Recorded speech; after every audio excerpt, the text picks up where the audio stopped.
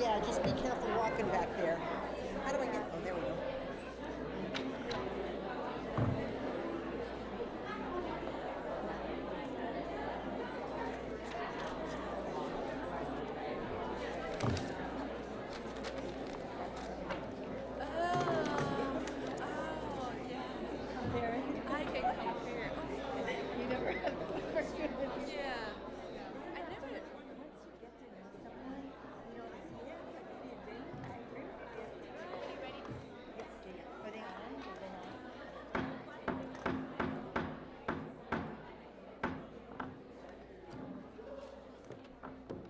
Good evening. We would like to call the Board of Education meeting for 28th of March to order, please. And if we can start with the flag salute. Please stand. I pledge allegiance to the flag of the United States of America and to the republic for which it stands, one nation, under God, indivisible, with liberty and justice for all.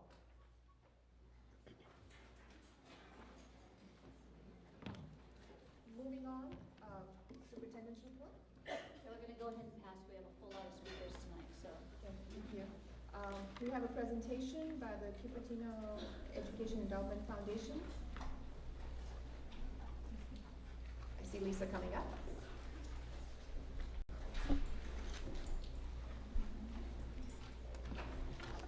Good evening. On behalf of the Board of Directors of the Cupertino Educational Endowment Foundation, I'm very pleased tonight to present you with a check for $200,000 in support of district-wide music for 1st through 5th grade. This check is $200,000 and represents the second installment of a $400,000 grant that we've been giving to the district annually. For over 25 years, we've actually been supporting the music program in the district and have granted in total over $8 million in support of the program. So we're very pleased to continue to work with you in support of our students and the great teachers that we have in the district to offer music in this way. I also want to thank the board and the district, community, parents, business leaders for supporting our recent gala that we held this past weekend. At the gala, we launched a fundraising campaign that's called Music Unites, One Note at a Time. It'll be a year-long campaign in support of TK through 8th grade music that we're very, very proud of, and hope that we can continue to partner with you and support our students for the district. I don't know who gets the lucky check. I have 3 letters. Chris gets the check. Great, so thank you. On behalf of the board, I would like to thank Steve for all the support he provided us with over the years.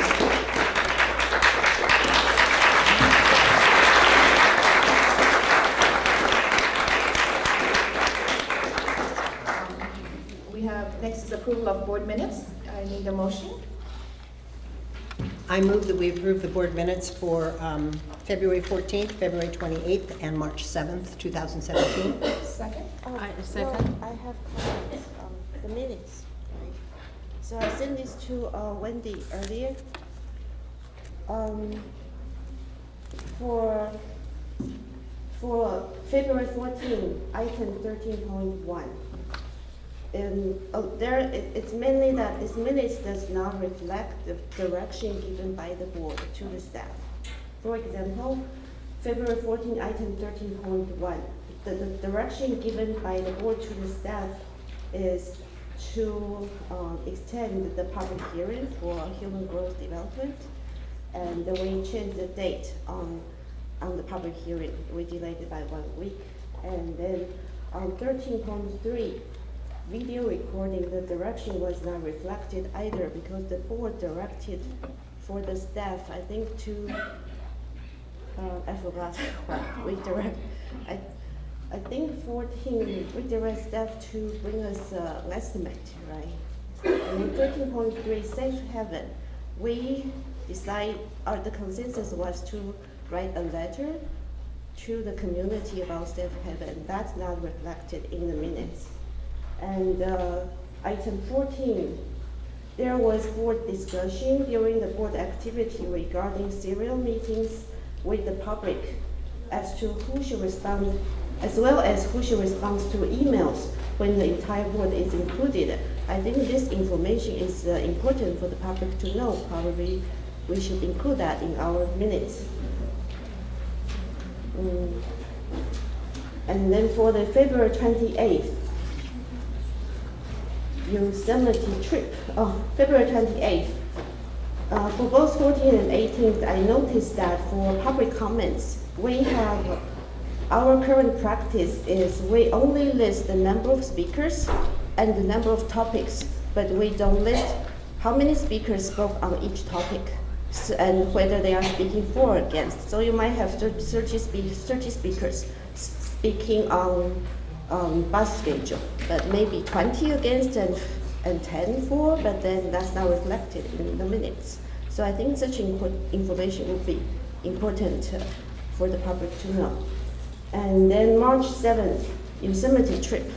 I think the minutes is inaccurate. It states, after listening to the community parent comments and further discussion from the board, a decision about continuing or discontinuing the Yosemite trips for the remainder of this year would be made by the staff and sent to parents tomorrow, Wednesday, March 8th.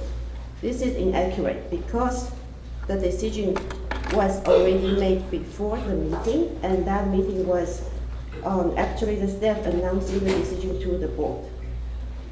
Also, the minutes should reflect that the decision was to cancel all remaining trips. So I think we should correct the minutes to reflect the direction and what went on in the board meeting. Thank you. I think any corrections for inaccuracies we can make, but this is the way our minutes have been done. The board has agreed with this way to do minutes, and I think we should, if we want to change, for example, listing the number of people that speak and all of that, I think that's a board decision that needs to be agendized separately. So my recommendation would be that we talk about how we want our minutes to read if we want to make changes. I don't think we can make those kinds of changes in today's minutes, but I think we can change anything that's not accurate. How should, so has there any been discussion on whether we should at least reflect the direction from board to, whenever we have a consensus on something, we give staff direction, right? That should be reflected in the minutes because that's information public want to know. I just think that's a discussion we have when it's agendized. So so what I hear is that we don't touch the minutes right now, but we put it on an agenda item in the future to talk about how we want the minutes to look. That would be my suggestion, yes. I don't know how the rest of the board feels. Because we right now have a motion and a second, so Right. we're looking at approving the minutes the way they are.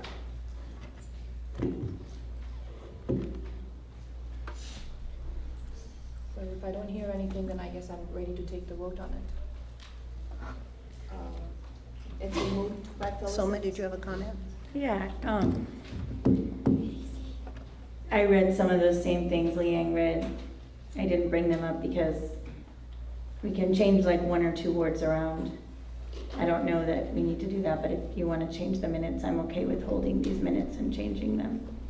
Not the direction of how many people voted for what, but on the Yosemite comment. And what was your other comment? I guess our direction to staff, like on videotaping, human resource, and human growth curriculum, Because all it says is discussion, so and safe haven. right now it only says Yeah. discussion, it doesn't say what the direction was. Like So safe haven, it's important, it's good for the public to Yeah, know so that. we can update that. We said we were gonna write a letter, right? Should we update the minutes to reflect that?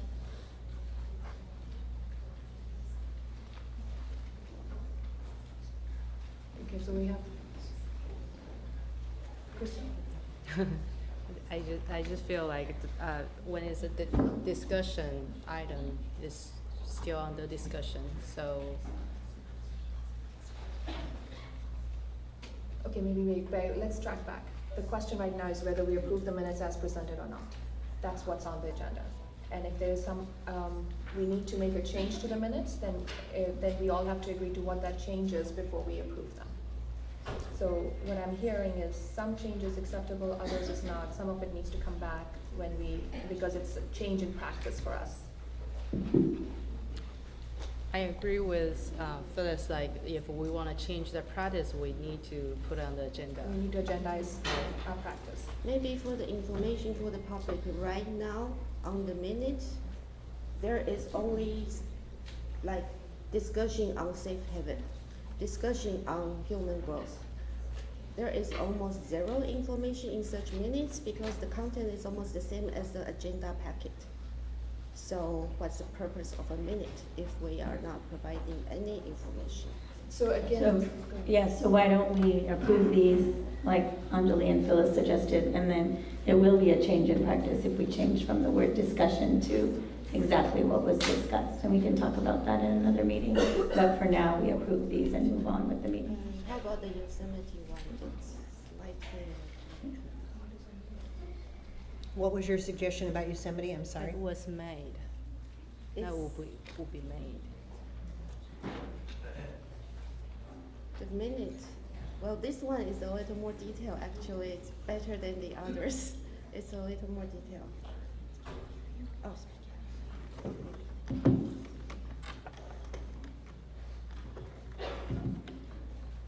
so this March 7 minute is actually good that in the sense it has a little more detail. However, it's not accurate because it's saying that this decision will be made after discussion with the board and the public. But the fact is, the decision was made before the board meeting, and the meeting was to inform the board about the decisions that already made, so to give the board some time to ask questions. That was what happened. You did have at that meeting, one of the things that did come up was you had the option to create an action item and hold another meeting, so you actually did have authority to do something. And I don't know if that, If we have an authority to do an action, there was no action item on that meeting agenda. No, but you're if- right, you're right. There was no action item on the agenda, but when we talked about it, I do clearly remember asking all my board members, is it anything we want to bring for the next time agenda? And nobody said we needed to add something So for the it next shouldn't agenda. say that a decision would be made by the staff, because a decision was already made by the staff. So And would we it are- would it and satisfy? we are asking, we are being asked, the decision was already made by the staff, and we had a chance to change that, but we didn't. So that's, I want to clarify. So what's the word you want to change? Go ahead. Well, yes, I agree with that, because I remember like, on the day, The presentation? President, yeah, and President also mentioned like, because it's, administration. It's an decision. administrative Right. function, and if we Yeah. wanted to change anything, we needed to put it on the agenda, but nobody Right. asked to be put on the agenda. So that's why I'm asking, what is the word we need to change here so we can change it? In the sentence, what word are you recommending we change, Leanne? I think it's the last sentence. Leanne, would it be acceptable to say, discontinuing the Yosemite trips for the remainder of the year was made by staff and will be sent to parents tomorrow? No, but because that still reflects after listening to community inputs. No, I That think was Phyllis is made saying- after listening to community inputs. Leanne, I think maybe she's saying strike all that, right? And just start with some Okay, sentence yeah. like, Maybe like this, a decision about, a decision that the Yosemite trips for, to cancel Yosemite trips for Kennedy, Cupertino, Middle, Hyde, and Miller were already made by the staff. And in this meeting, public, comments and the presentation was made to the board about, this decision. How about we table these minutes Just the and last one? the Yeah, last I one think so. and wordsmith it and approve it at the next meeting? Does that work for Yeah. you? So then I can have a Yeah. repeated motion of. So I'm going to amend February. my motion and take out the minutes for March 7th. Okay, you second? I second. No need to do anything. I second. Oh, Kristen, okay. been moved and seconded. All in favor? Aye. Okay, it passes. Communication from employee organizations. Yes, we have one, Kai Brown.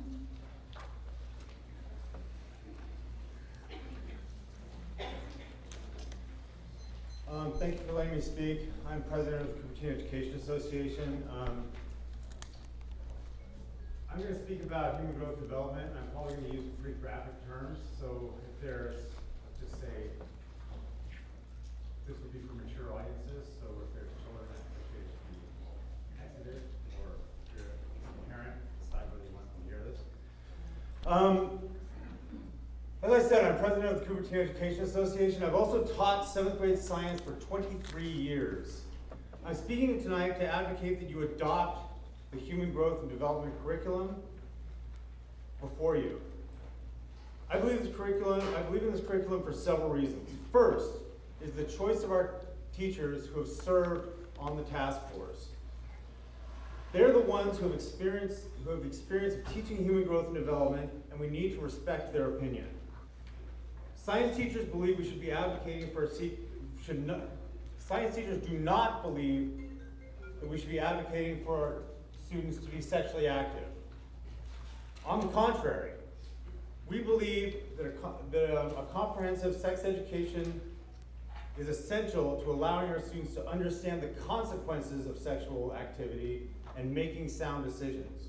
For this is the true goal of a human growth and development unit. Students need to be educated as to the impacts of early pregnancy, the risks of cervical cancer, and how to navigate the often confusing world of adolescent relationships. I ask you to trust the teacher's integrity and their sensitivity in covering these topics. These are the same people you trust to care for your children and keep them safe in cases of emergency.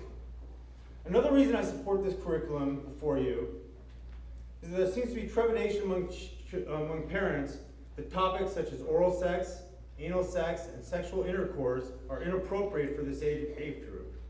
Having taught the middle school for 23 years, I can assure you that these terms are tame in the lexicon of the locker room talk that happens on middle school campuses. It's far better for students to have a trained adult clear up misconceptions around these topics than to leave it up to the myth-ridden adolescent banter. Also, an unfortunate but necessary part of our curriculum is to educate children on the darker topics of rape, incest, and sexual abuse. Educating adolescents on these uncomfortable topics allows students who have experienced these atrocities to come forward and seek help. One of the sad but true facts I've realized is that oftentimes children suffer with this and don't realize that what's happening to them is wrong. He doesn't have a time. Also, when we educate students about these things, sometimes students whose friends realize what's happening to, sometimes students who have experienced this, friends realize what is happening to them and go seek an adult. And therefore, we are able to help these children. This has happened more than once in my career. The fact is that 7th graders are passing through the threshold from childhood to adult. They need to have a clear idea of what they may face. In Cupertino Union School District, we believe that knowledge is power. We need to prepare our students for the greater world. When people have a clear thought and a plan of how they will deal with peer pressure, be it drugs or having sex, they will respond and make much healthier choices. The converse, having to deal with peer pressure by making snap decisions, has been shown to be much less effective. To the parents out there, I say, I know you're here because these topics are scary, but trust your teachers. If you have concerns about the delivery of human growth and development, meet with your child's science teacher to discuss your concerns. If you still have concerns about this, then opt out. That is your option. Thank you very much.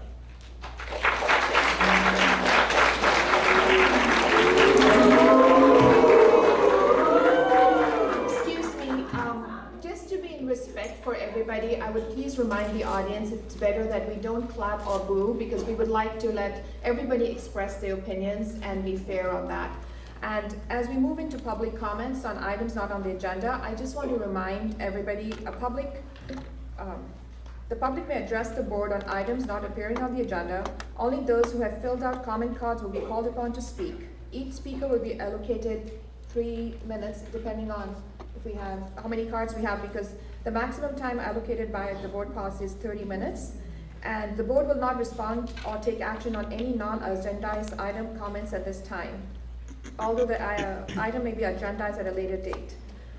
The comment shall be made from the podium, and the board shall limit the total time of all public comments to 30 minutes. Please refrain from any response to the speaker, including negative and positive reactions, booing and clapping. This will ensure that all members of the public feel free to voice their opinions and concerns. Also, when Patty has a buzzer that goes off, and when it goes off, we would like you to complete your sentence, and so that we can get the next speaker on and give everybody the respect of the 3 minutes that they're here to speak. So starting with the person. First speaker is Larry Stone.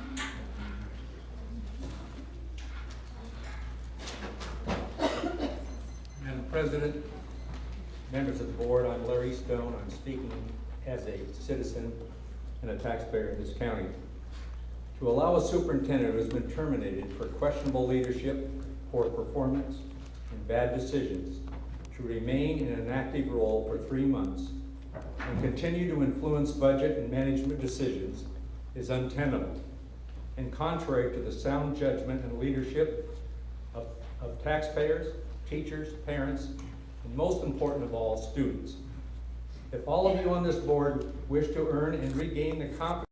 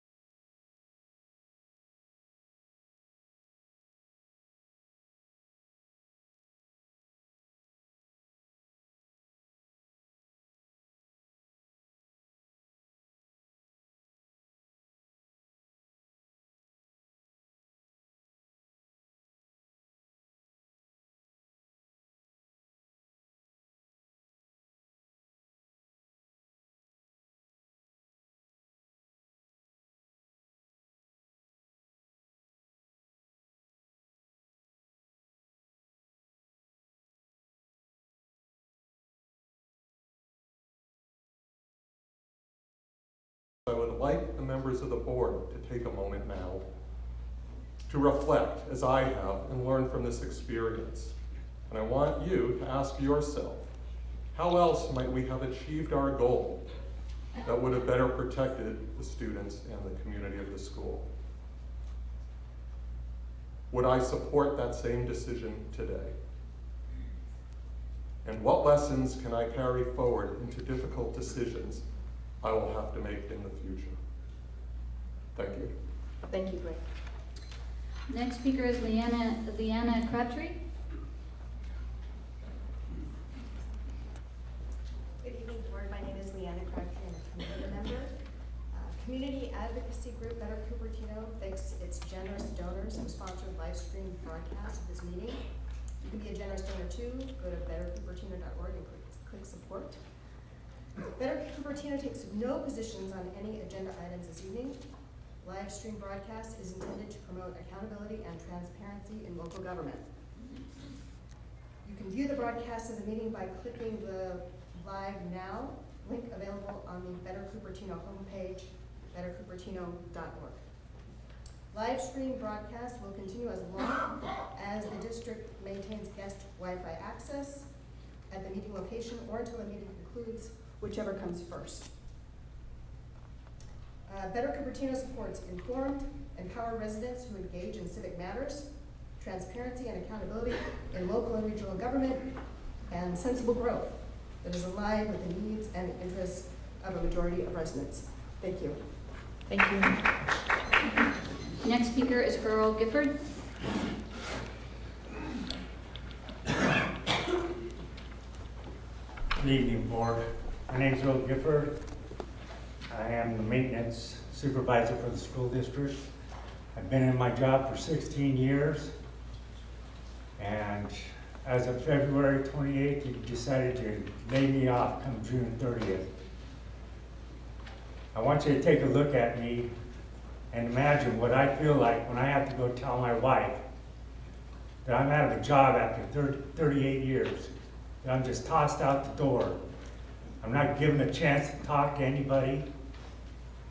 I'm not given any reason why. And don't give me this, we're out of money either, because we're not out of money. If we were out of money, why would we still be paying overtime for employees to go to little committee meetings? Or why are we still hiring secretaries for the superintendents? We got a party coming up on May 8th. And of course I won't be there. I won't be there to accept any honors for longevity, because I don't get longevity in my position. But she's talking about transparency, and I plan on being more transparent the closer June 30th comes. You're not out of money. You have plenty of money. If the superintendent's leaving, and she's going to be leaving with a full paycheck, a full year of pay, because you're letting her go. Diane's also leaving.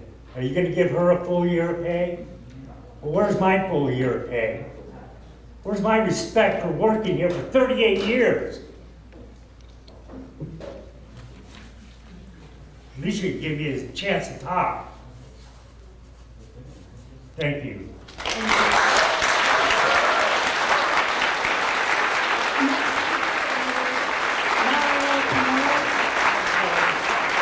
And you need to save the security guards too. Don't toss them out. You need security guards. Right.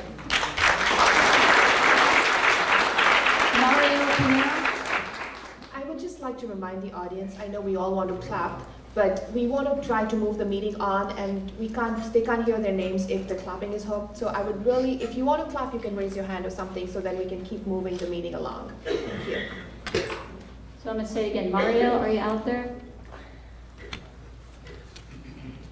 Here he comes.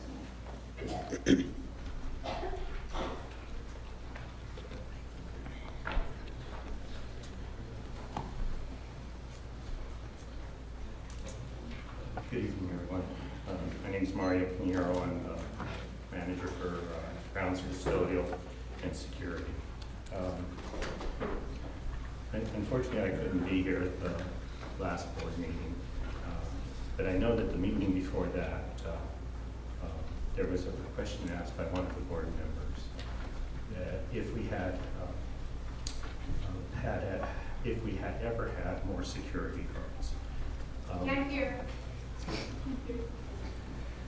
I know that there was a question asked by one of the board members if we had ever had one more security guards, and I apologize, I am not a public speaker at all, so bear with me, please. I remember that we actually had 5 security guards at one time. Someone indicated that there could have been 7, but I am sure that there was 5. Also, during the time where we had more security guards, we also had mobile homes at some of our sites, and we also had people living in some of our sites. All of our closed sites were guarded by people at the sites.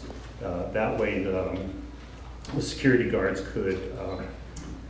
could use their time to guard only or patrol only our open sites, so that their time wasn't being used on any of our closed sites. The people that were living at these sites were employees of the district, and though there was a small fee for them to live there, part of the agreement was that they were to patrol that site also, so that the guards wouldn't have to. I'm assuming that the board is looking closer to why we are going through these cuts.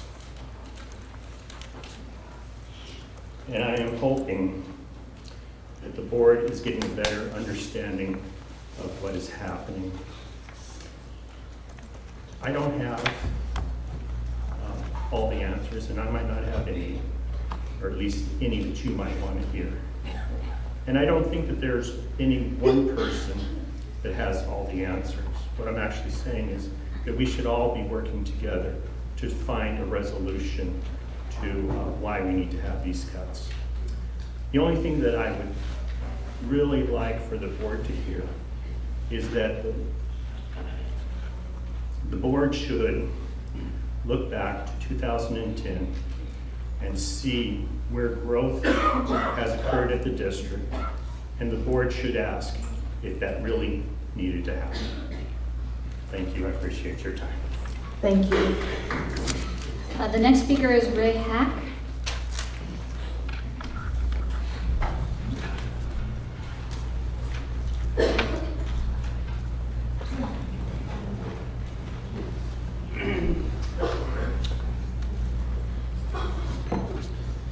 Good evening. My name is Ray Hackey. I'm an attorney with the Pacific Justice Institute. I've been asked to speak here on behalf of some of the parents of students in the Cupertino Union School District. I'm here to speak on behalf of the Human Growth and Development. I'm sorry, can I stop you right there, because I think we called you out of turn because we have a whole, this is items not on the agenda and human growth is on the agenda. I apologize, guess it wasn't clearly marked on your card. All right, I will be back to speak on that. Okay, thank you.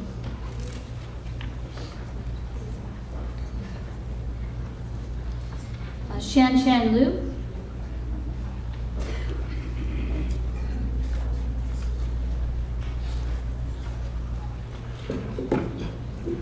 My name is Shan Liu. I'm a mother of 2 boys in Cupertino School District. I'm here speaking tonight to express my concerns on how school district is handling the response of the parents. I am one of the parents that did not respond to the survey regarding the human growth. I'm sorry, I'm responding about how the school district is handling the process, not about the curriculum itself. If that's okay, I can. Yes. Yeah. So I am one of the parents who did not respond to the survey. The survey was sent out right before spring break, and we had very short window to respond and review. With both parents working, I'm sure a lot of families in this community share the same dilemma, that we just could not find time to go into the office. But when the survey results were out, with overwhelmingly majority that responded, rated poor of the material and choose to opt out, I thought the school district would at least to open a conversation, to reach out to more parents to discuss this. Astonishingly, it did not happen. Sorry, it does sound like it's all about human growth and development, not about the survey. So it would be better, to be fair with everybody, that you speak when we come on that topic, because it is, you are talking about a human growth and development, so.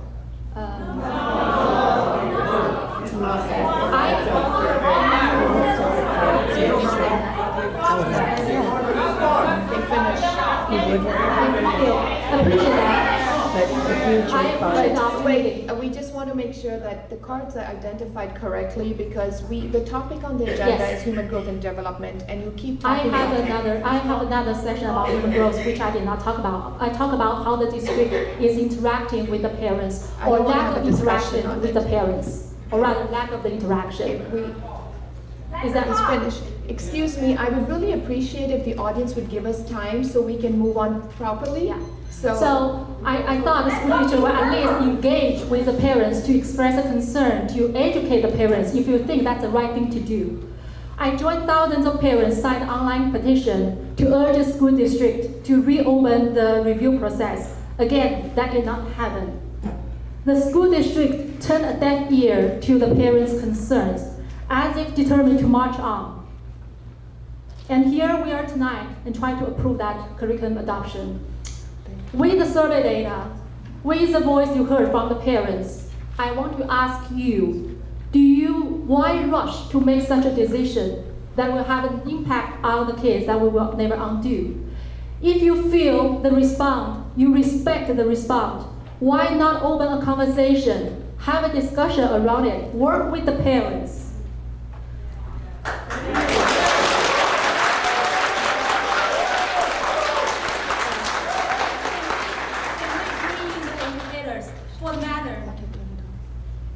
You have to push the button.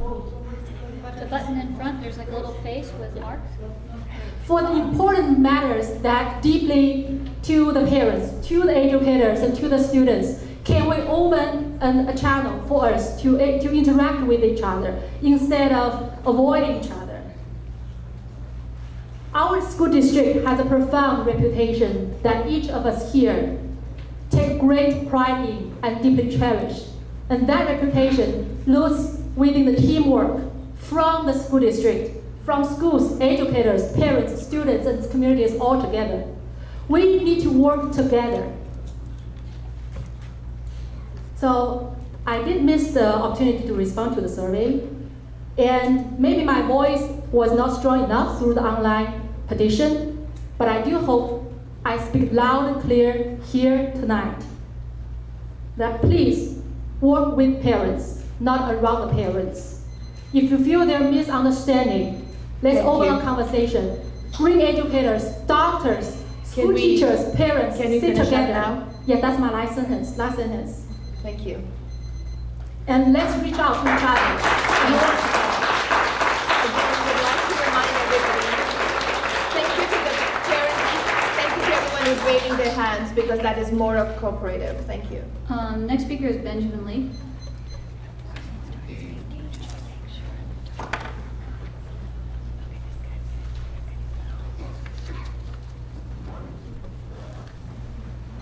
Hey, I'm Benjamin Lee. I'm the transportation manager for the school district. I'm one of the affected people with the layoff.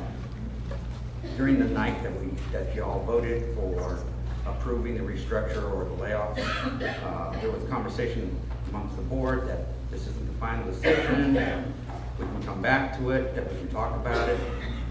No one has talked to us, the affected workers. No one has offered anything out of help, assistance, or even condolences to the affected workers. And because certain things in the budget have changed, there is an expected COLA, small, but it does exist, which means there's no zero COLA. If there's no zero COLA, there's no trigger for layoff. What I'm asking you for this evening is that the board bring back the conversation and reopen the conversation on resolution 1617, 17, and 1617, 19, so we can have conversations before this decision is finalized, because all we feel is that the district is rolling us over and tossing us aside. We don't have a voice, we don't have protection. The only people that we have are you.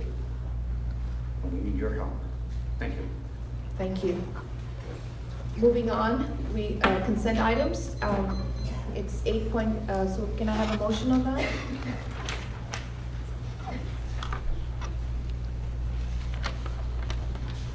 I move 8.1 to 8.5. Louder, louder, louder. I move 8.1 to 8.5. Have a second? I second. So roll call vote, Leanne? Yes. Phyllis?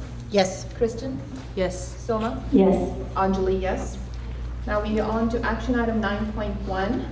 And as I had read it before, items on the agenda, we give 30 minutes per item for speaking. I'd like to know how many cards we have. It's 51 or 52. Okay, so my question to all of you is, we divide that by 30, it's not even going to be a minute. So are we okay to have, give a minute to every card that is here, or what would the board like to do? Because I need the board's approval to extend the, change the time. Yes. I would like to hear from all the speakers, but I would ask that we give everyone 1 minute and hear from the 51 speakers. However, I would ask the speakers to please be respectful of the 1 minute time so that we can hear from everyone. And I would also echo what you've said several times tonight about the applause from the audience. So is everyone okay to extending it to cover it, so that'll be, you know, with the time to exchange, to maximize it 60 minutes? And that way, every card we have here will speak 1 minute, and I would ask that we keep a timer for the 60 minute plus the 1 minute, so that we can keep moving and keep on track. And please, another reminder to all the speakers, and when you hear the timer, please finish your sentence and move on. And Anjali, does all of our board agree Yeah. with that?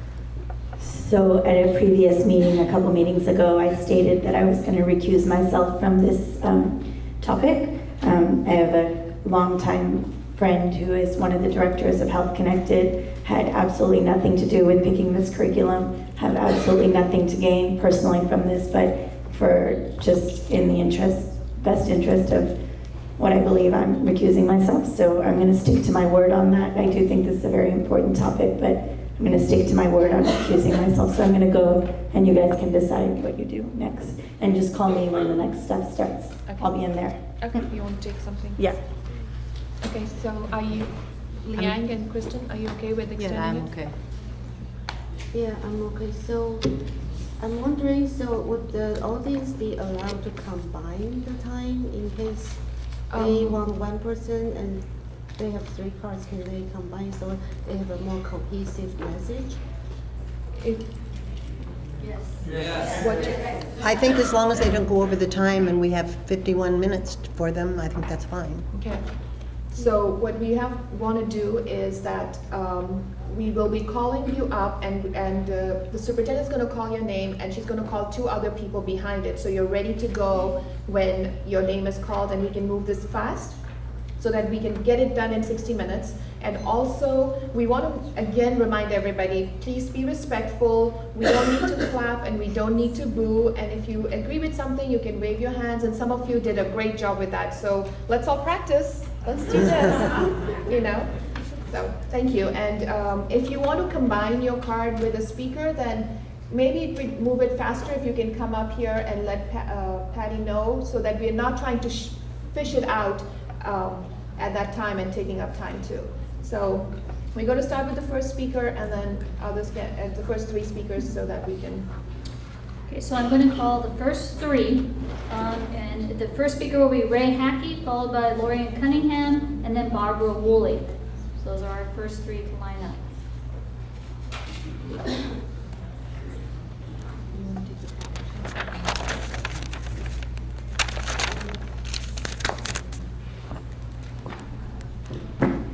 Good evening, ladies and gentlemen of the board. My name is Ray Hackey. I'm a staff attorney with the Pacific Justice Institute. I've been asked to speak here on behalf of some of the parents of the of students in the Cupertino Union School District. Section 51933A of the California Education Code requires that comprehensive sexual health education instruction and materials be age appropriate. The California State Legislature recognizes that parents are in the best position to determine what is age appropriate for their individual children. The state recognized this when they included an opt-out provision in section 51938A. The legislature also recognized this when they when they enacted section 51937, which states that school boards are to create a streamlined process to make it easier for parents and guardians to review materials and evaluation tools related to comprehensive sexual health education and HIV prevention education, so on and so forth. Parents and guardians have the ultimate We'll uh, responsibility. need you to stop it, so minutes up. Thank Okay. you. So the next Well, maybe he can come back. You can come back after you can combine the cards, so we can start with the next speaker. Yeah. Lori, come on. I think I have the crowd behind me on this. But Ray, I think if we, but Ray, can we get the cards? Okay. You can, we don't want mine to coming back. All we're saying is let's just combine the cards so we can have a dual process and keep it going. Okay. What's your name, ma'am? My name is Linda Sue. And we're maximing 3 minutes, no more than that per speaker. Well, it is my understanding, well, so bottom line is the legislature, it was the intent of the legislature to empower parents to review the curriculum and to make sure that it is in fact age appropriate for their children. It is my understanding that the parents of CUSD have not had an adequate opportunity to do that. It is my understanding that the curriculum was made available for 6 hours a day during the day for a period of 14 days. Now there are roughly 18,000 students within this district. Assuming that they all have 2 parents and some of them work, it's very difficult for them to come here during the day to review it. So I'm asking, all that the people of this district are asking is that adoption of the curriculum be postponed for 1 year, and that the curriculum be posted online so that they have a chance to review it, that they have a chance to provide comments, and that they have a chance to actually work with you guys to make sure that this this curriculum is in fact age appropriate for the students of CUSD. Thank you. Thank you. Okay, so Lori Cunningham.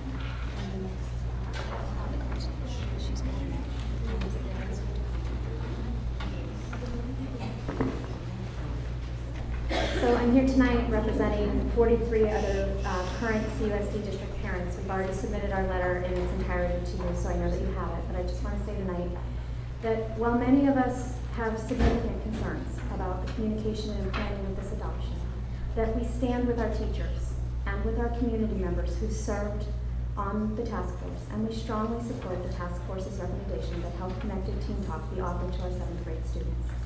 We share the desire for a curriculum that focuses on healthy attitudes, behaviors, and relationships.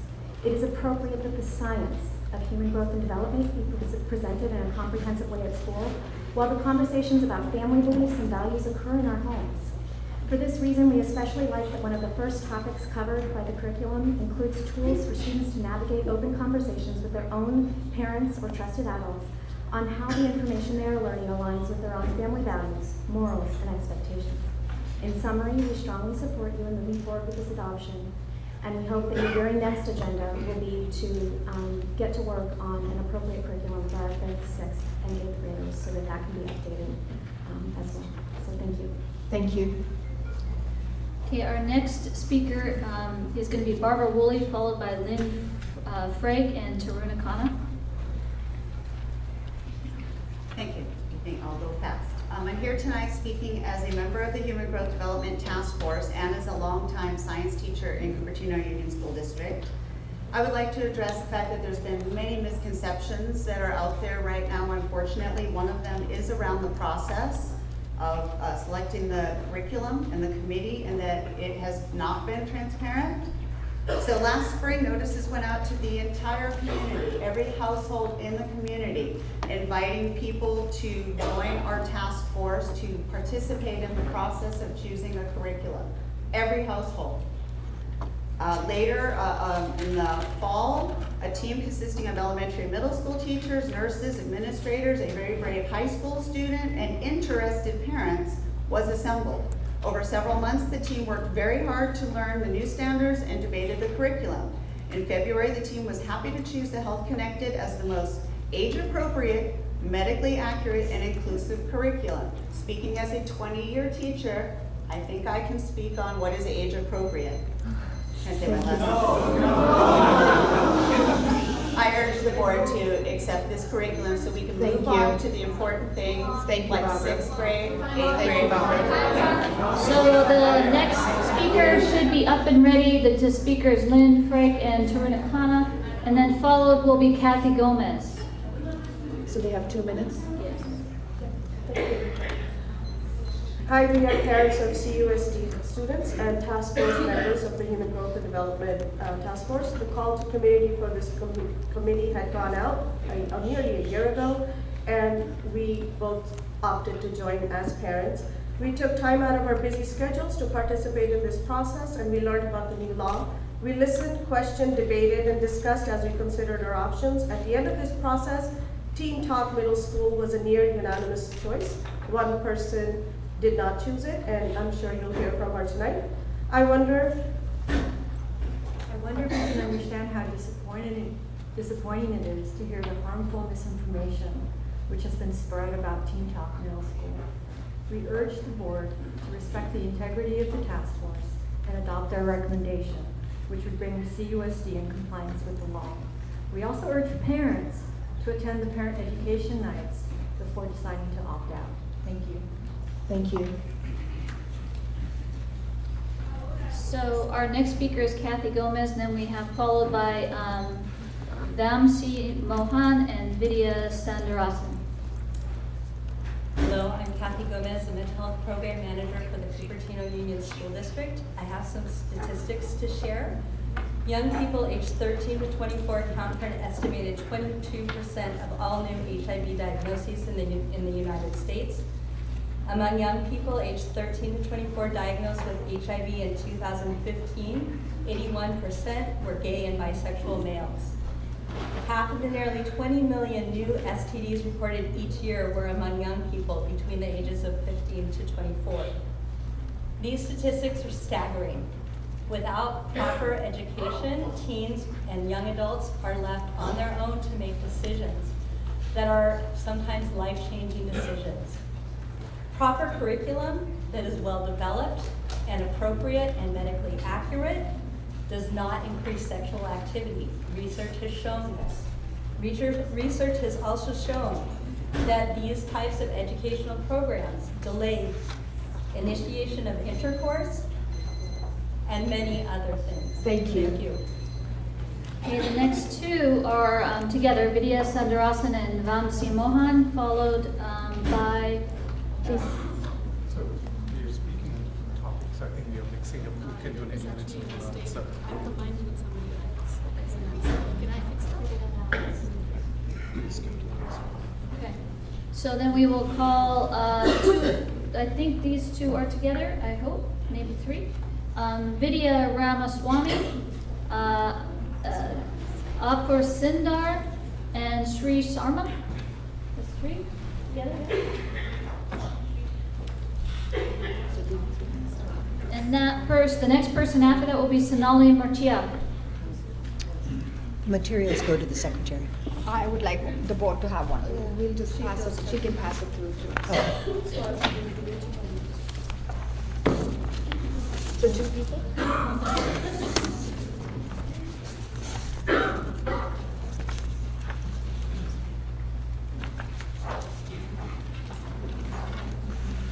Yeah, thanks.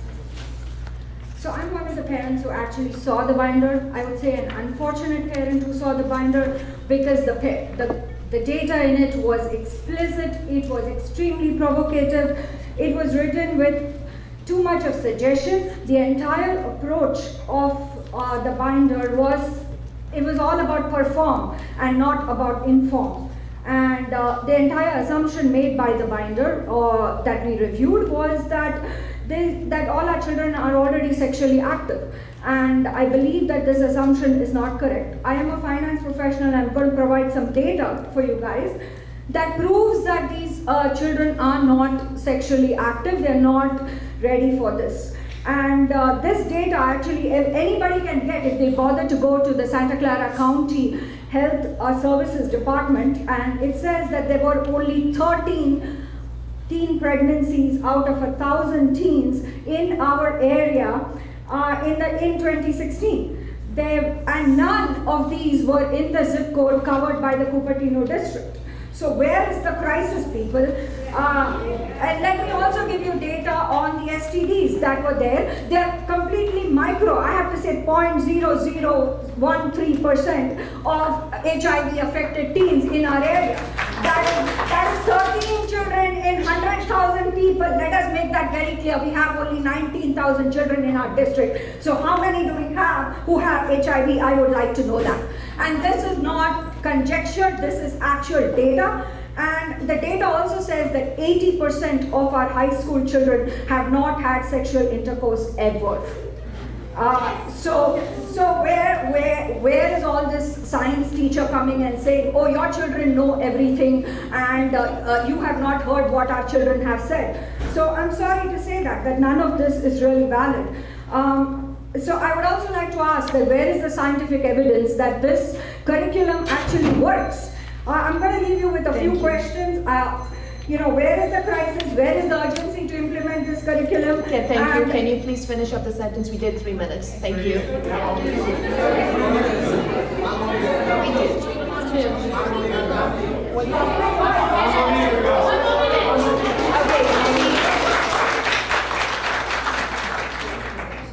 So my last point is that the district keeps telling us that we need to implement the law. I have read every single section of the law, right from 51930 to 51939, and I can actually quote it to you, although I am not a lawyer. But nowhere does it say that the material needs to be explicit. Neither are we saying that we do not want to comply with the law. All we are trying to say is that let the material not be so much in detail. Comply with the law, but comply with the with other curriculum that is there. Let us look for other curriculum. Where is the data of the counties that have actually implemented this curriculum? We would like to see that. Where is the scientific evidence that this curriculum actually works? So I would request the board to reconsider this curriculum and not vote on it today.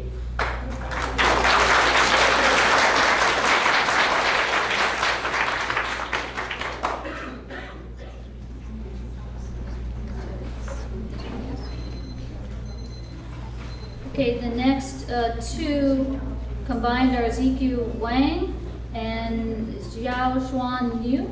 And then following that, we'll have Vidya Sandarasan and Srinivasa Sista as the next two.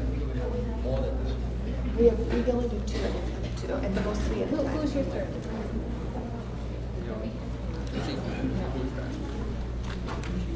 We only got two. How about you just stand, the three people just stand. Yeah. We'll write your name. Just give us your name and we'll write it down.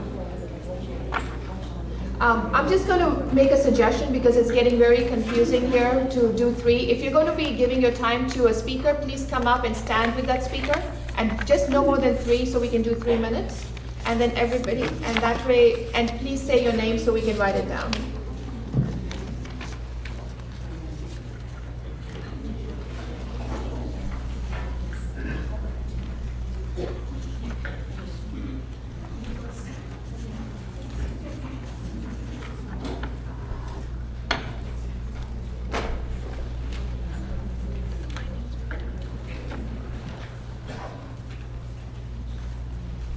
Set, go. Okay, so I'm a scientist working for Apple. So I have been living in this district for 10 years. I have 2 kids in this district.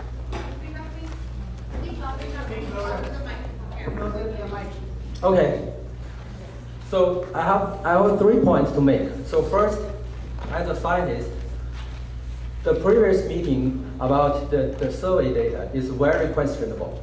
So I look up all the slides that presented by the last meeting. So basically, the survey had 326 parents corresponded, and there are 203 respondents who rate score 1, that is very poor, of the proposed curriculum. In answering whether parents will choose to opt out the proposed curriculum, 280, that is 85.9% of the respondents chose to opt out, and only 5.8% of them choose to participate. So based on such a very strong signal of disagreement, our district official, they were making an irrational interpretation of the in this slide. So they basically, I have video, so you can see it. So they said that there will be almost 3/4 of the parents will choose to opt in. So this is such a misinterpretation is unacceptable from the scientific point of view. As a consequence, it has arose a widespread distrust in our community on either the competence or the integrity of the decision makers in this district, in this school district. As a scientist, I myself felt so insulted intellectually that I could not sit there and say nothing. I strongly suggest the decision makers in the school district honestly respect the survey data that you have collected. If you don't want to believe what your data told you, the only scientific remedy is to collect more data that are more representative to the population. This is exactly what most parents are currently requesting. Reopen the survey, reopen the review process for more parents to participate in the decision-making process. This is my first point. My second point is about whether this new curriculum is age appropriate. So after listening to hundreds of parents in the local community, I found the biggest concern about adopting the new curriculum is for this 7th to 8th grade, is whether such over or early exposing to some explicit materials would cause any physical or mental consequence to the specific age group. Parents have the right to obtain a scientific answer to That's this 3 curriculum. minutes, so thank you. Before Please sending sit. our Finish your sentence and thank you. So, And the next speakers. So the next lineup speakers were Vidya Sundaresan, Srinivasa Sista, and I think we added Sonia Singhal to your group, is that right? Sonia's with you? Sonia's with you, okay. Can I give a handout for my Thank you. Sonia's with, If you could give it to Patty, then we can move on. Oh, with yeah, the, that will be so much easier because we want to try and, so it'd be, and it's 2 minutes, Patty.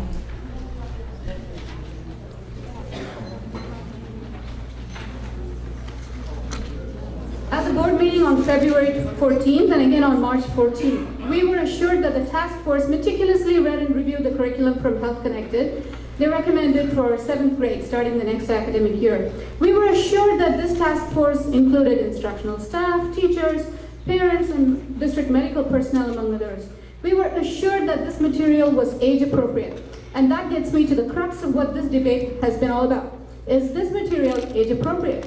I'm one of the parents who viewed the entire binder that was available during the preview period, and the first thing I looked for was the age for which this curriculum was designed. And my binder said 14 to 18. Without evidence to the contrary, I will assume the binder I viewed on March 2nd had exactly the same contents as the material viewed and recommended by the task force on February 14, 2017. And so their binders had the age specified as from 14 to 18 years. Then the task force, which we were assured read all the material carefully and critically, failed to notice this one most significant point that a parent looks for in a sex ed curriculum: the age group it was designed for. 7th graders are 11 to 13 years old. They are not 14 to 18 years old. Given that this basic fact was entirely overlooked, is the task force recommendation even valid? The answer would be an emphatic no. This recommendation is invalid for this one reason alone. What the rest of the binder contained is therefore immaterial. Convenient changes by Health Connected to the typo in the intended age group or any other content after the task force and the parent preview periods were concluded have resulted now in altered materials that were not in the original reviewed curriculum by the task force. Therefore, this cannot be adopted without another review process and parent preview. And that is why every one of you board members has to reject this curriculum today. Thank you. Thank you.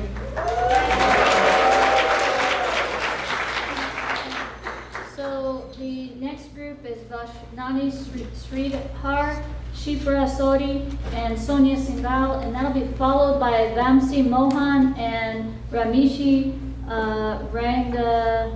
I'm sorry, I can't read the last part. Okay, Ranganathan. So we have 3 minutes for your group.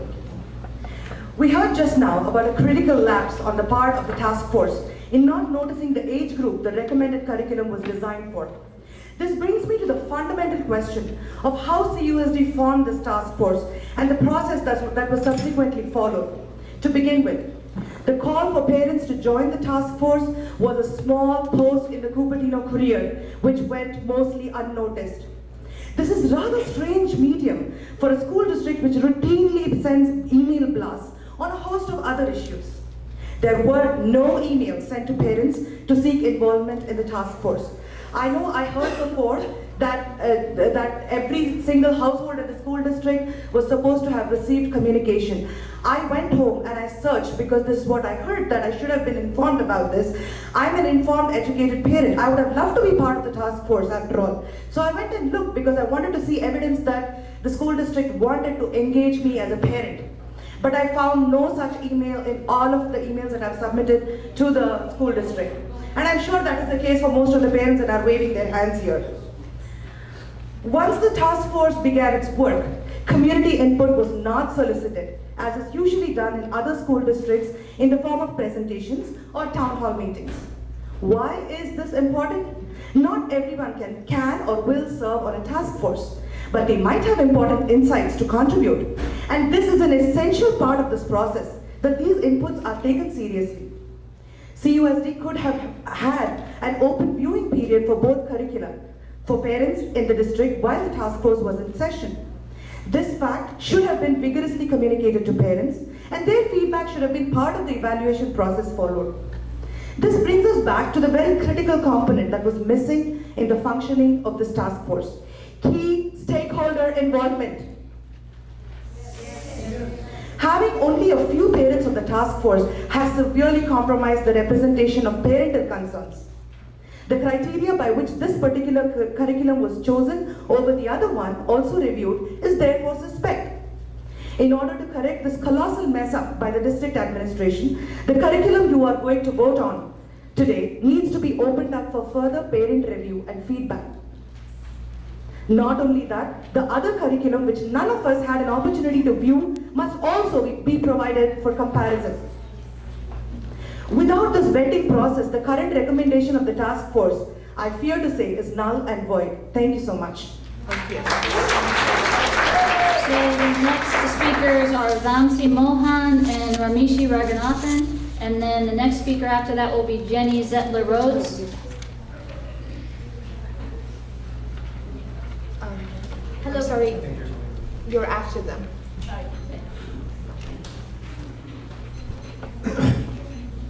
Honorable board members and parents of the Cupertino community. I want to focus today on the facts and timeline of the new curriculum adoption. What you're going to hear from me here are just facts. Fact number 1, January 2016, the new California Healthy Youth Act was passed. Fact number 2, emails sent from CUSD to all parents on February 16th regarding material access with a review period of February 16 to March 3rd. Just to note, this email came 17 months after the law was passed. The materials were available for review from Feb 16 to March 3rd with only 7 working days in between. I tried accessing the online table of contents and the summary that is provided online on March 2nd. It was not available. Insufficient time for review. Fact 5. For 19,000 students, say about 9,000 parents, 7 working days, 6 hours a day. You do the math, right? If you assume minimum of 30 minutes of review, as per my calculations, only about 500 odd parents would have had a chance to review the material. Audio and video content was not made available for review at all. Fact number 7, the last time a change was made to this curriculum was in 2003. So the respectful board is making a huge change that impacts all the lives of our kids and the next generations, and that's being done after 14 years. Very important, but very impactful. Fact number 8, and my final fact, board is rushing through the process without the due diligence in 6 weeks, including the holidays. I repeat, board is rushing through the change without due diligence. We want our kids to be educated the right way and with the right material. So it is my ardent request to the president and the board to reopen the review of material and responsibility to do this right. The time is always right to do what is right. Thank you. He used your 2 minutes. Oh. Yeah. So the next speaker was Jenny Zettler Rhodes, and then Hua Zhang would be after Jenny. So this is 1 minute. Okay. Good evening. My name is Jenny Zettler Rhodes. I am a pediatric nurse and a clinical nurse specialist in community health. I'm a professor of nursing and have also worked part-time as a school nurse here in CUSD for 5 years. I'm a parent. I look at this curriculum from a broad health perspective. Parents reasonably have concerns about this curricular change that is required by California law. While I have been dismayed to hear some of the misleading messages that are being spread, I have looked at the research that surrounds many of the normal fears that we have as parents. We may fear that the curriculum will promote risky behavior or turn our children gay, both unfounded fears in a large breadth of scientific literature. We may fear the curriculum will force us to have uncomfortable conversations with our kids about sex, or that perhaps our kids are just too young to be exposed to this information. This is where we can provide parents with resources for talking to children or opting out of any or all of the content. Thank you. Okay. So after Hua Zhang, we have Lauren Kelly. Be 1 minute. I'm a lost mom of a 6th grader girl. I believe human growth and education is important for our kids. It's important that we need to educate them appropriately. I'm very surprised on last meeting how our parent survey is interpreted. I'm wondering what exactly purpose of that survey if our school district want to interpret the survey in that way. If you really want to collect the parent input, or you just trying to say I have did that.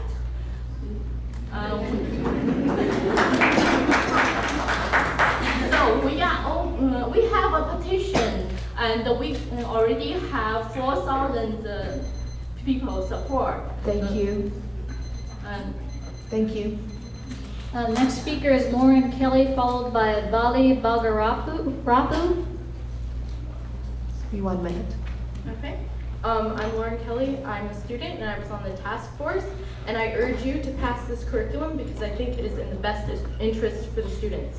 To address the maturity issue, 7th graders know more than you think they know. So, this is please be respectful.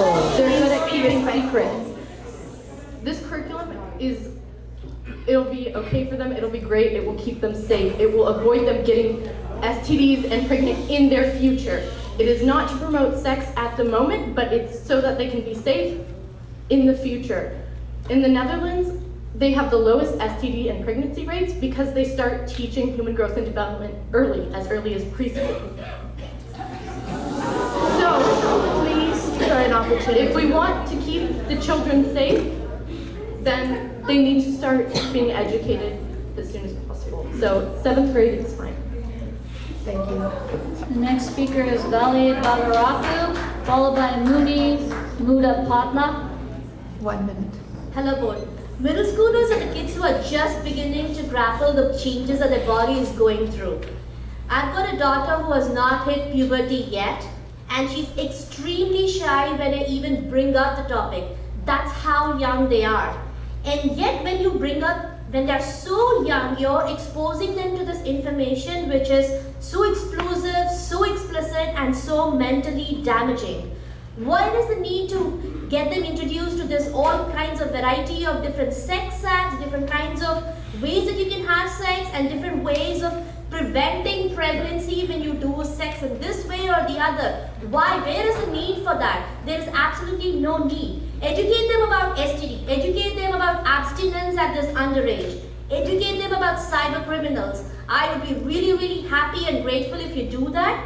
But do not, I repeat, do not spoil their young, impressionable minds with this age-inappropriate curriculum. Thank you. Okay. Next speaker is Munir Madhapatla, and then followed by Abhishek Gupta. Okay. 1 minute. I came for 3 minutes, but I have, okay, I sorry. donation. Okay, so 2 minutes. 2 minutes, okay. Patty, 2 minutes. Okay, so. You have 3 minutes. Oh, 3 minutes. Can we have your names, please? Abhishek. Oh, so you're the second. And you are? So I'm a recent parent. I mean, I just got into this recently, right? Like No, just 3 people. just about a week ago, right? So I've done as much as possible now to read and educate myself, and I look at what's going on, and I looked at the law a little bit, right? So age appropriate, that's very important, right? So is there data that supports this curriculum is needed at the 7th grade in CUSD? You need to take context into the mix, okay? So another piece of important piece, I'll read the law. The bill would require school districts to ensure that all pupils in grades 7 to 12 inclusive receive comprehensive sexual health education and HIV prevention education. When you are required to teach this between 7th to 12, why did you choose 7th? That's too early, right? So kids, mature physically and mentally at different age levels, right? You got to, strike when it's the right time, right? You are bombarding them with information that they are not ready for, right? So they're just coping with changes in their body, yes. And you are dumping them with material that's inappropriate for them. Yes. Okay. So did you consider offering tiered courses so that they can absorb the material and choose when they want to take this course? Like we have math, for example, pre-calc, math analysis, calculus BC, calculus AB, right? There are different tiers. Kids opt into that. You could do the same. Have you considered that, right? And page 212, text, right? There is a Courtney and Lisa example, right? This is the page, right? I printed it from the web page, and as I was leaving to come here to attend this meeting, one of my colleagues, he's a Caucasian, right? So he asked me, why are you rushing today? I said, I have a meeting to go to. And I handed the sheet to him. And I said, read this and tell me, what you think of. He asked, Muni, why are you carrying porn material at your hand? Right? That was his comment.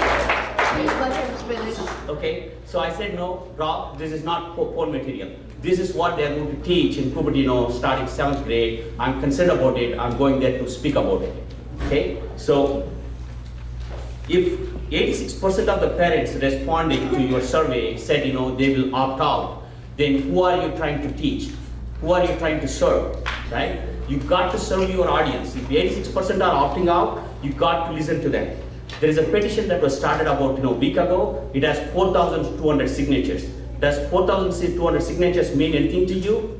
Right? There was a signature collection over the weekend. 1,500 parents came and signed physically, handwritten. Right? Do 1,500 signatures mean anything to you? You got to serve your audience. If you don't, you are trying to run a nanny state. That's not what we want. Thank you. Thank you. Okay, our next speakers, looks like there's 3, Sheila, Vikas, and Shalini, and then followed by, okay. So there's 3 minutes. Hello, I am a parent of CUSD with kids in 7th grade and 10th grade, so I am directly affected here. In the last meeting of CUSD, I had come to observe and see whether this new curriculum and the explicitly described sexual content was actually true, because I didn't believe it, that CUSD could actually go ahead with such kind of a curriculum. So once I saw that, I went back and I talked to the various parents about the changes to the new curriculum, and within a few hours, the whole Asian community got together and they joined hands against the new proposed curriculum. They all stood together and volunteered to spread awareness among other parents. It is very sad to know that just like me, none of the parents from various schools were aware of these changes. So may I ask you why? Why was no effort taken to educate the parents through schools? And even after parents voiced their opinions on March 14th meeting, you disregarded their concerns. You could have opened the curriculum for viewing purpose in those 2 weeks. So, okay, so let us say you open the book for a very short period of time, 7 working days, okay, for parents to view.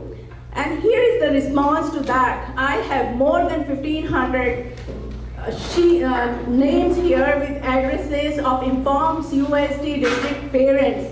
I think this is 1,700. 1,700 signatures with addresses, and they're still pouring in. And you can have them. And they have decided to opt out if this curriculum is going to be implemented. So what are you going to do about this? What is your response? Are you going to disregard the opinions of so many parents? Are you even listening to us? So I request the board to hear out. So I request the board to hear out the parents' concerns and decide accordingly. So no action is always better than a wrong action taken in a hurry.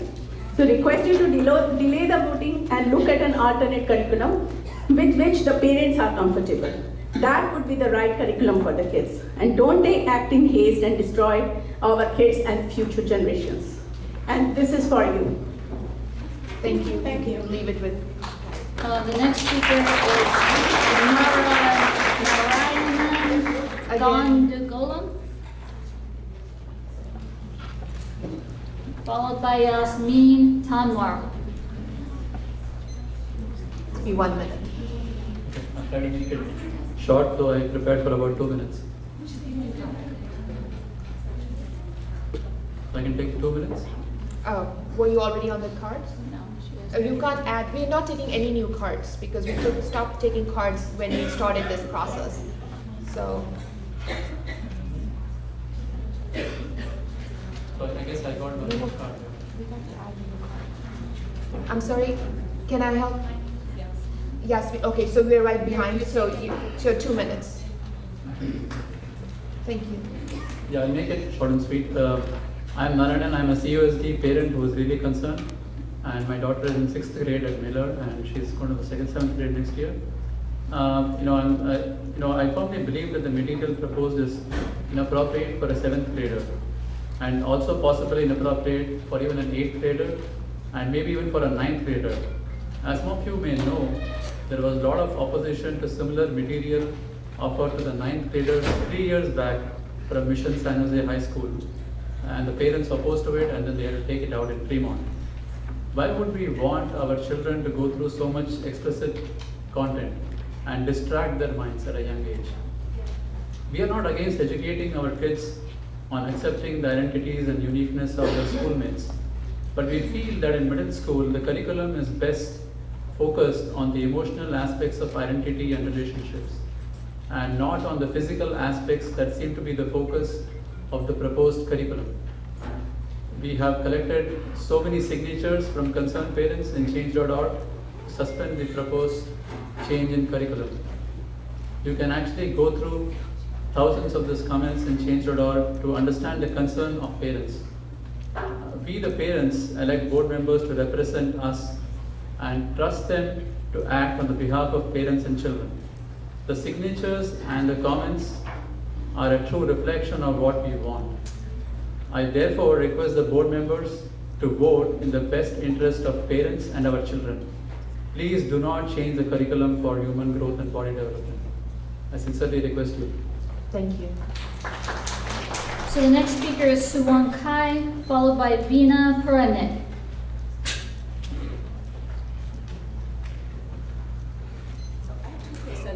Where is the card? We need your cards in here.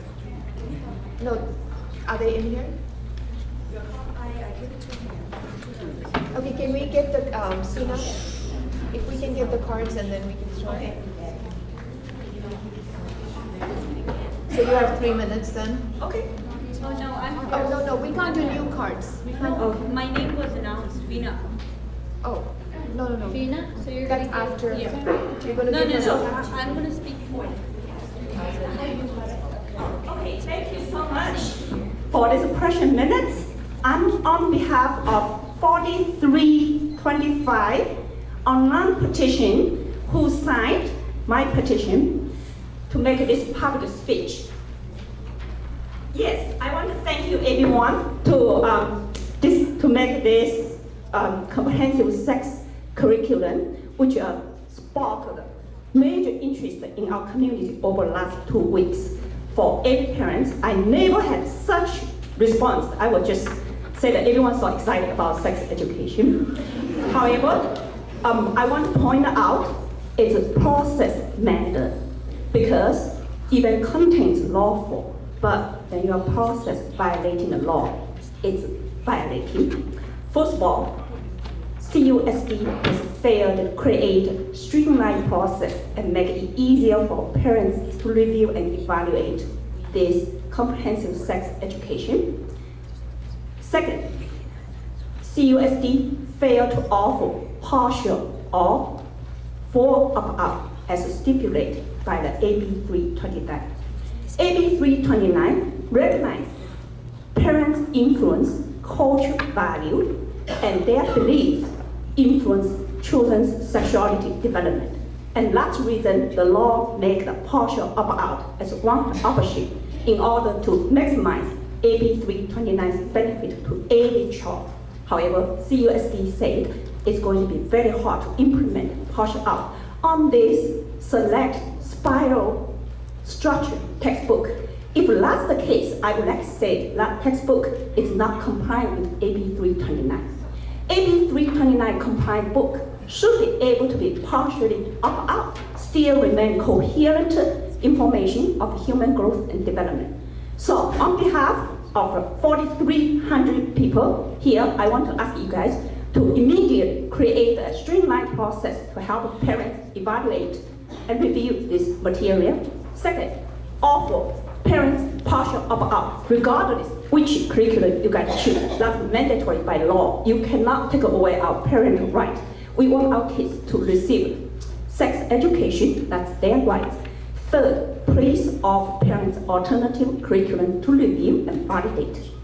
We have so many people here tonight showing our unwavering commitment and support for this CUSD board. We work together, we were able to find a scientific, rigorous, evidence-based, law-compliant, community-accept human growth and development curriculum to benefit every child in our community. Thank you so much. Thank you. Okay, so is Veena currently? No, we just leave it. You No, can no. leave your Yeah, so you have a And you're minute. to followed just- by Kamesh Medapalli. You can just give it to her and then she Kamesh can pass it. Medapalli is after Veena. So we have a minute for you. As a mom of a 7th grade boy who's going to CST school, I feel that this drastic change in the human growth and development curriculum is not in my child's best interest. One, because it is age inappropriate. The assumption that the 6th, 7th and 8th graders are at the same emotional, mental and social stage, and therefore they should be taught the same lessons is wrong and it is inconsiderate to the students. Second is the provocative content and the lessons around role play, experimenting with contraceptives, and taking advantage of the privacy, how to behave when your parents are not home. They do not fall under scientific and fact-based education. There is no evidence to support that the knowledge of these contents has prevented or treated STIs or HIVs, and they have avoided the teen pregnancies. I could not locate any material from SCIDU and the American Academy of Pediatrics that supports the importance of role play in the education material. Thank you. If the board decides, okay, thank you. So next is Kamesh Medapalli, followed by Sushmita Vakalanka. Okay. So 1 minute for you. All right, good evening to all the parents and the CUSD staff. I speak here in front of you as a taxpayer and the father of two kids who go to the Cupertino School District. Okay, so our children are at Portal, John Muir, and now Miller. We love the school, don't get us wrong. Okay, but this recent mandate of the pupil growth and development has deeply shocked and disappointed us. And in some ways, it reminds me of the recent controversy that the board was involved in with the Leenbrook rezoning in January of last year. And I'm requesting the board to have a broader, more inclusive, age-appropriate sex education, including the parents. Since the new curriculum didn't pass my smell test, I did some research on the internet. And actually there is a lot of research by doctors of child psychology that exposing children to mature material at young ages exposes their chances of committing sexual crimes and addiction to pornography. They also say that the sex education must start with the child's most trusted source, the parent. Not you, Mr. 7th grade science teacher, okay? Our children are not ready for this. Our children are not ready for this, and we need... And you okay. finish up. I think I got my point. Thank you. So after Sushmita Vangalanka, we have Maribel Martinez will be up. Sushmita, 1 minute. Okay. I'm here as a mother, as a parent of a daughter and a son, someone who loves them the most. When I say most, the most in this world. The other day, my daughter came home crying that somebody older than her was talking to her about mature adult movies, specifically 50 Shades of Grey, and my daughter felt traumatized and she was in distress. I was, as a parent, I was able to talk to her, have a healthy and open conversation with her, and I was able to talk to the teacher about to make sure that her friend is in a safe environment, and it turned out that she only made it up. But my point now in narrating this personal incident is to tell the level of maturity of these kids and the ability for them to handle this kind of information. And as a parent, I know what is appropriate and what is not appropriate and what my daughter can handle and cannot. Do I think we should shelter our kids from information helpful to them and expose them to teen pregnancies and sexually transmitted diseases? Absolutely not. All I'm saying is let's tell them when they're ready, when they need to know, and how much they need to know, and in a phased manner. Thank you. Let me finish my last sentence. Are they intellectually and physically and emotionally equipped to handle this level of information at this age? Please give me as a parent to have a say and to reopen the survey at the very least. Thank you. So Maribel Martinez followed by Srinivasan Seelam. Maribel, 1 minute. Good evening. My name is Maribel Martinez, and I'm the director for the Office of LGBTQ Affairs, part of the County of Santa Clara Government Office. It was created to support local LGBTQ residents and their families. Among many other services, we provide technical assistance to schools and case navigation for individuals within Santa Clara County. I'm here to address the safety concerns of LGBT youth as it relates to human growth and development curriculum, and encourage the board to act in favor of youth, especially the most vulnerable, by adopting state-compliant curriculum that includes LGBTQ and same-sex examples as the one presented to you tonight. Sexual health education that is inclusive of LGBTQ people benefits all students by creating a positive effect on school climate overall and helping LGBTQ students feel safer in school. This is one of the reasons why that was incorporated in the California Healthy Youth Act. I cannot stress enough that rejecting behaviors from parents, schools, and communities toward LGBT youth, such as lack of representation in curriculum, has adverse outcomes. Thank you. Srinivasa Seelam, followed by John Lewis.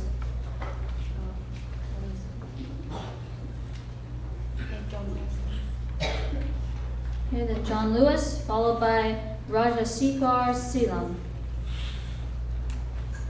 Good evening. I'm John Lewis. I'm a physician at Kaiser. I'm also a parent of Cupertino students. I have a son in 6th grade. This material that I've seen, I believe is age inappropriate. Also, it attempts to present various sexual forms of expression as equal, but as in a non-judgmental fashion. But as adults with intelligence, we should judge and we should guide our children. And for example, as a doctor, I know that not all forms of sexual expression are equal in risk. For example, an article from the American Journal of Public Health that says that certain forms of sexual expression carry a 34 times higher risk of HIV than others. And if we just say, oh, these are forms of sexual expression, they're all equal, we are lying to our children, and we're not presenting the medical facts. So I think that's very inappropriate, and I think it's damaging to them. Thank you.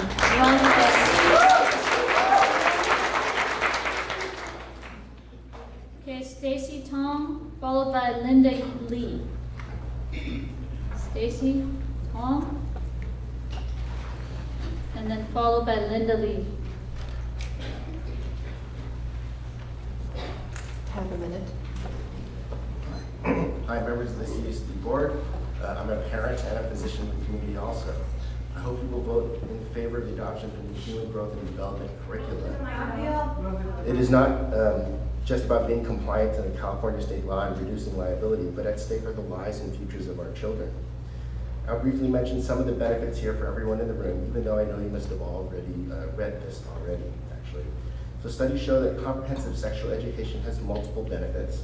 Reduces suicide attempts, drug use, truancy, repression, and bullying, and not just in LGBTQ students, but all students. It has been shown to improve academic achievement, gender equity, and the prevention of child abuse. This education results in delaying sexual initiation, increasing contraceptive use, and thus reducing the risk of HIV and STDs and unwanted pregnancies.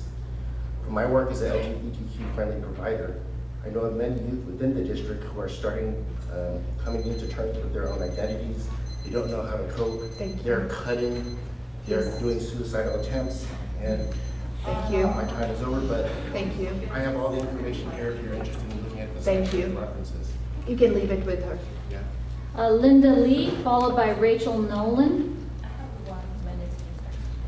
She didn't turn a card before. The card has to be here to be counted as another minute, so.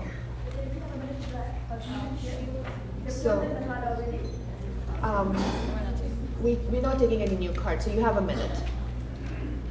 Thank you. I'm a mother of three, one in college, one in middle school, one in high school, and one in middle school. So my family grew up in Cupertino, and my kids grew through Cupertino School District.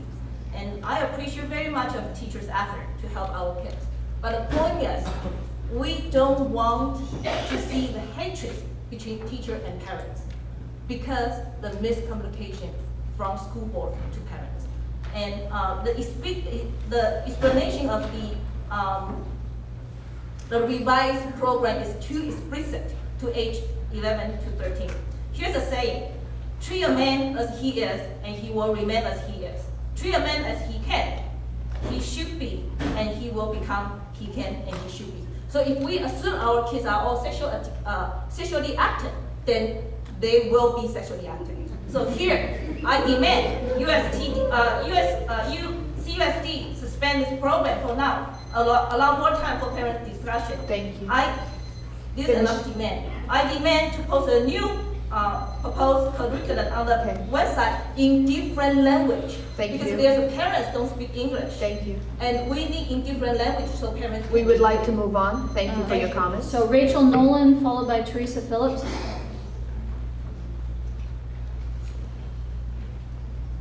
Don't see Rachel.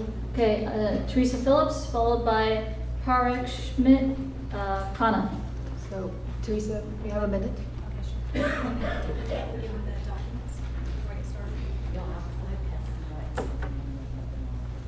We can pass them out if she wants them passed out. You can't get them. Okay, that's fine. We can do it afterwards. Okay.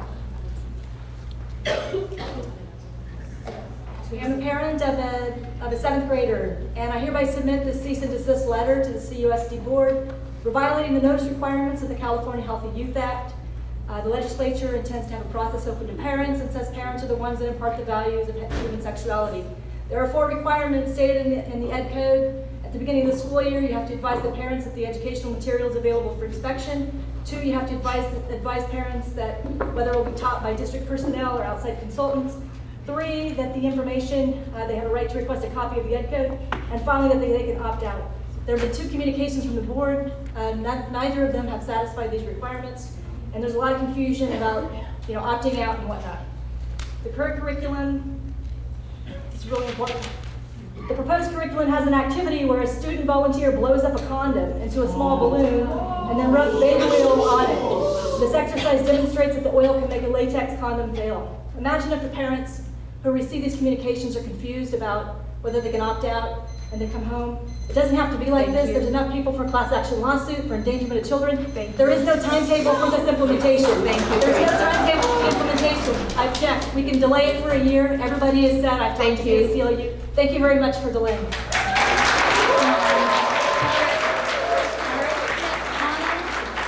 Followed by Abakarlan Resnick. Have a minute. Comprehensive sex education is essential and needed. I totally agree. As far as the content is appropriate for the age group to whom it is directed and caters to the diverse community that Cupertino Union School District serves. The current content is not age appropriate and it's too explicit in nature. Let me quote something from the curriculum. We made sure we picked the right time and right place to do it. It would have been awful for someone to walk in on us during our private time. I had never felt anything like it before, but sharing yourself with someone was really different and it felt wonderful. As you can see, this content is encouraging the students into sexual activities rather than abstaining them from it. Please don't give these young minds ideas to engage into sex acts and make them feel good about it. Parents are the best judge for their kids. Respect that. And please open it for further review and feedback. Thank you. So next speaker is Abby Carlin Resnick, and then Marla Becker. Abby? Okay, next speaker, Marla Becker. Okay, Kai Zhu, followed by Michelle Chen. We can faster if you just give it.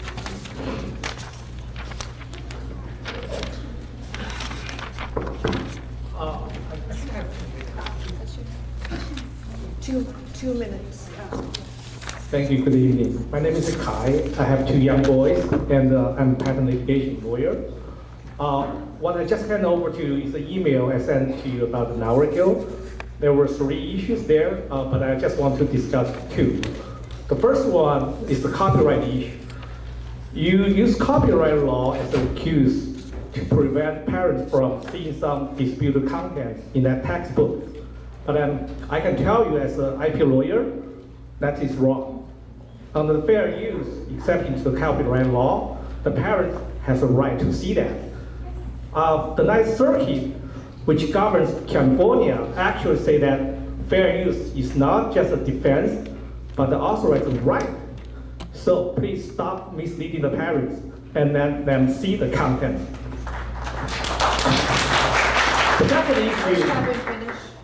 The second issue is about the ACLU letter that means the counselor that you recently obtained. So ACLU is an advocates group, which I have great respect to. It has done many good things, some of them are wonderful, but I do not necessarily agree with every position ACSU took. But that's beyond the point. Here the question is that I wonder how, Ms. Counselor, your communication with ACSU started. Specifically, who initiates that communication? That's important because you are an elected official in this district. Your clients or customers are the parents, not ACLU. ACLU is not a body of the government, of any government. It's not a law firm, it's an advocates group. So I question, if you initiate the contact, what was your motivation behind that? So here, in front of our parents, I request that you disclose who initiated the contact. If you refuse to do that, there's a legal avenue. Recently, California Supreme Court said that all your personal emails will be discoverable, and we will see that information. Thank you. So the next speaker is Kai Zhu, followed by Michelle Chen. Yeah, my name is Michelle Chen. I have 12 years old and basically doing the 7th grade in middle school. I'm here to raise the concern about the new curriculum, whether that's age appropriate. After listening to hundreds of parents in our local community, I found the biggest concern is about like adopting the new curriculum in like 7th to 8th grade is like whether this is like over and early exposure to such explicit material would cause any physical or mental consequences to such a specific age group. Parents have the right to obtain scientific answer to these critical questions from qualified professionals before sending their 7th to 8th graders to the classroom. I'm not an expert on this subject, but I think there's a very recent announcement on the school district website actually called our attention, basically. Thank you. Your minute is up. So the next speaker is Michelle Chen, followed by Jia Yan Gan. This one is Michelle Chen. This one's Michelle. Yeah. Thank you. So my concern is about the implementation of the partial opt-out option, which is the right, the California right grants to our parents. So by the law, AB 329, we, as the parents, we have the right to exclude our children from all or part of comprehensive sexual health education, HIV prevention education. And we have the right to assessment the sexual health education material. But school districts shall not require active parents to consent for comprehensive sexual health education and HIV prevention education. So currently in our school district, parents and the guardians only have one option to fully opt out. They don't have option to partially opt out. So that's my concern. And considering the fact that parents are currently expecting more controversial material, they should have option to partially opt out. Thank you. So the next speaker is Jia Yan Gan. Is that you? Okay. So we skip this one. All right, Maggie Zhu, followed by Xiaobo Liu. You, Maggie. Okay, 1 minute. I'm a child of 3, and I really worried about the new curriculum we are going to take. Yeah, my older one already graduated from high school. I want the youngest one to live here happily, like her sister. So I have a question. Like the city, if they raise the water bill by like a 20% or 10%, they give the letter out at least 1 month earlier that the citizen or the resident to respond. For this big change, it's regarding the child's education. It should be measured more than the 10% of the water bill. Why we didn't give them enough time to think about it, to respond? So we have the right to be treated like a citizen, like a resident, like a taxpayer. So that's my demand, to reopen the session of discussing about the new curriculum. Thank you. That's our right. Thank you. Next speaker is Xiaobo Liu, followed by Lily Li. Hello, this is Xiaobo. I'm a father of a boy in Cupertino school. I think we already get a lot of parents' data, and I'm not sure you are really listen to it. But here, I think as a parents, we have the right to education and guide our children. So it's not that one text are suitable for all the kids. So that's kind of, it's not the principle of education. You have one education, whether it's filtered or not. Yeah, it's really surprised when I saw this kind of material showed as a survey. Because I think I'm very concerned about the communication, especially the board member, how they communicate with the parents. There is not enough communication. I'm very concerned. I'm not sure how this decision is made. Well, I think you are losing trust from parents, from the community. Yeah, this is a good opportunity to gain back the opportunity, to gain back the trust. Just take the opportunity, otherwise you will lose all the trust. Thank you. So Lily Li, followed by Eric Yan.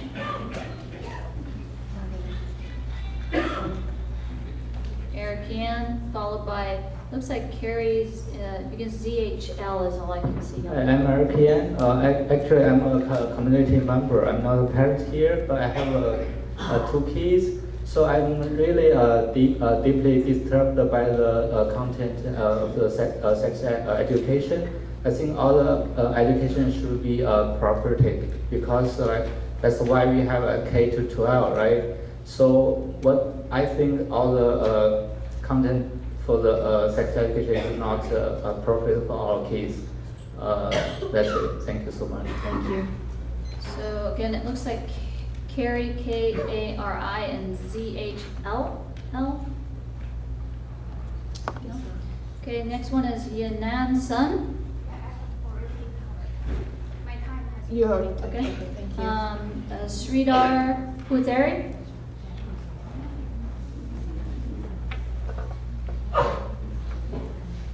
Have a minute.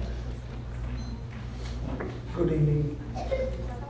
I am here as a taxpayer of this district and a caring father of a troubled 8th grader studying in this district. I hold a doctorate and 3 master's degrees that I earned in this country. The proposed material is not age appropriate and not compliant with the law, but it is plain porn and not PG-13. Let us be scientific and look for the empirical data and proof on why this type of explicit material will be effective. We can comply with the law in a better way. We should inform, not force the kids to perform. Let us protect their innocence, not pollute their minds, and guide the kids appropriately. Understand that there seems to be some kind of rush in pushing sensitive material to our children without proper process. I would like the district to please consider giving more time to the parents to review. The future of our precious kids are at stake here. Thank you. Next speaker, Alula Rao. Oh, sorry. Hila Rao, followed by Benita. Benita? Are you Benita? No, I'm not. What's your name? Nagamani. Okay, well, the next speaker, I'll find that. The next speaker is Benita. Have a minute. Hi, I'm a parent of, I'm a CUSD parent. My educational background is PhD in chemistry and postdoc at Lawrence Berkeley National Lab. I was a member of task force who attended every meeting and was the only person to vote for the second option on the table, Positive Prevention Plus, which is research-based, medically accurate, and widely accepted nationwide. I was really surprised when the teachers and staff unanimously voted for SCC. CUSD has to keep in mind the demographics of this district. It is where parents are very much involved in their kids' life and education, as evidenced from the attendance today. There's a lot of talk about opting out today. If there is a significant increase in the percentage of family opting out compared to before, that would indicate a total failure of the task force because it was inadequately represented by the parties getting affected. Going forward, we must inform parents via email blast, and we must ensure that even composition of such task force between parents, administrative staff, and teachers. Thank you. Your card? So Nagamani Balaradam, and you're taking Alula Rao, Kila Rao. So 2 minutes. I'm speaking a parent of middle schooler who is very aware of LGBTQ issues and very sensitive. I would like our children to participate in the Human Growth and Development Curriculum according to the California Healthy Youth Act, AB 329. We request you to consider every aspect of this law with utmost seriousness. As per section 14, 51938A, we would like to exercise our right to excuse our children from part of comprehensive sexual health education, where each of us would like the part of instructions and materials to be appropriate for use with our children according to their ethnic and cultural background as per section 5193D1. According to section 1551939A, a pupil may not attend any class for which the school has received a written request from the parent excusing the pupil from participation. This must be implemented along with section 1451938A. As mandated in section 1451938B, We request the board school to provide each parent sufficient time to review the material in order to enumerate the part of instructions and material. We would like to emphasize the teachers, instructors, consultants, schools and CUSD board must adhere to the law according to section 14.51938A, section 15.51939A, section 6.51933D1 and not violate the law with respect to these sections. As the ACLU in its letter to the CUSD board had noted, it is the obligation of the district to provide students legally compliant instruction. ACLU had also pointed out that the cost of not following the law is substantial. Parents have a right to excuse their children from part of comprehensive sexual education, and we request the board not to violate the right. It is also the responsibility of the board to ensure that only parts of instructions and materials that parents deem appropriate for use for their own children are imparted to them. Thanks. So the next speaker is Maggie Hutlinger and then Sumitha Vakalanka.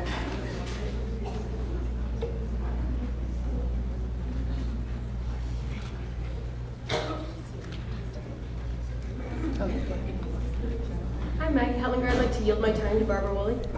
Thank you, Maggie. I wanted to address another misconception really fast. Ironically, the portion of the curriculum that people seem to be having a really hard time with and the portion that was illegally posted on the internet and attached to the petition was taken out of context. It actually comes out of the section on abstinence. So that section where it talks about the 3 different kinds of sex, and by the way, we already teach that. That has been in our curriculum since I've been teaching human growth and development. So oral sex, anal sex, and vaginal sex have been there all along as we talk about STDs and how not to transmit STDs. So this is all about understanding the risks that are associated with specific types of sex and how to prevent getting an STD, and that these 3 types, you can get an STD from them. The second goal in this section on abstinence, where we talk about ways to get STDs and how to not get STDs, says to learn that not having sex is the most effective way to prevent against pregnancy and STIs. That is our message. Our number 1 message is for students to stay abstinent, to stay safe. Eventually, most of them will be sexually active, so we want to have them prepared to be safe, prepared to keep themselves healthy, prepared to enter into relationships with the right answers, the way to discuss what comes next in relationships. I have students that have already been dating for a year. So I really want to make sure that these kids know what's best for them, what's going to be the most healthy. And again, this section, and I agree with it, is that abstinence is the best solution.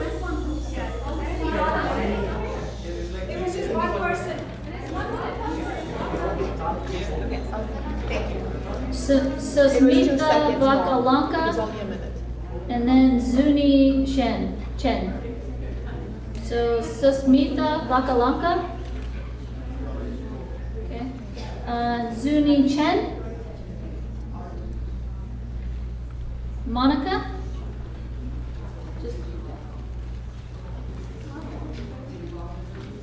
Hello.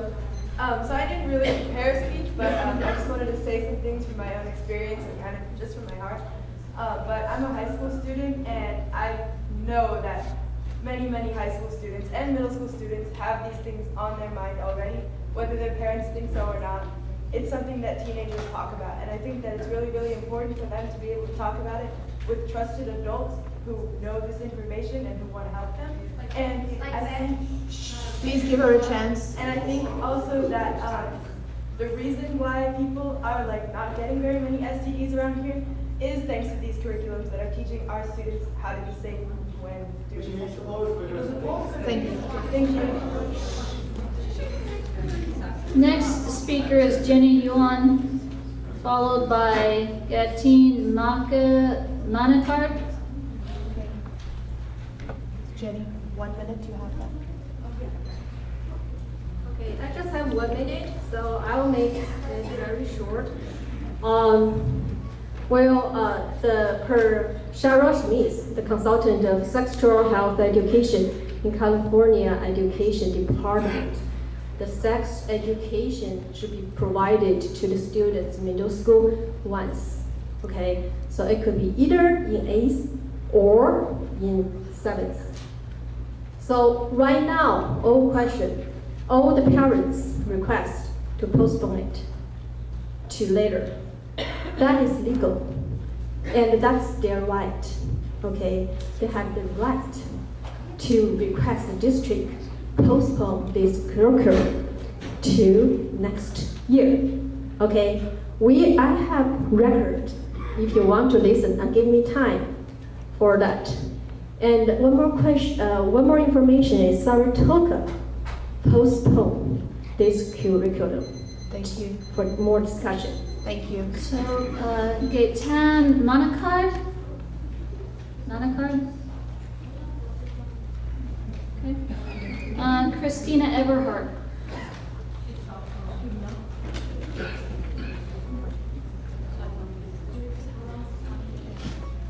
Christina, you have a minute. So I'm a science teacher at Miller Middle School. It's my third time speaking before the board on this. I was on the cadre.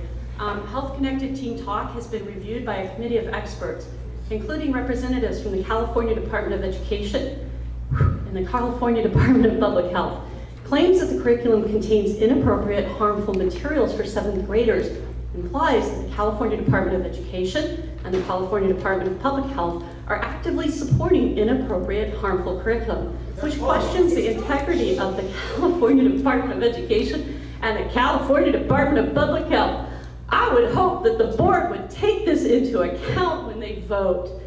In addition, studies consistently demonstrate that LGBT students uniformly encounter a pervasive atmosphere of hostility at school. Wouldn't expect it at a board meeting. 91% of students reported hearing students make negative comments based on sexual orientation. 46% of students said their schools were not safe for LGBT students. Is my time up? Not yet.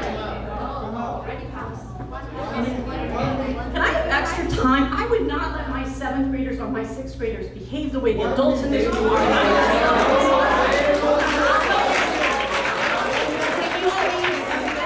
It is not appropriate, so then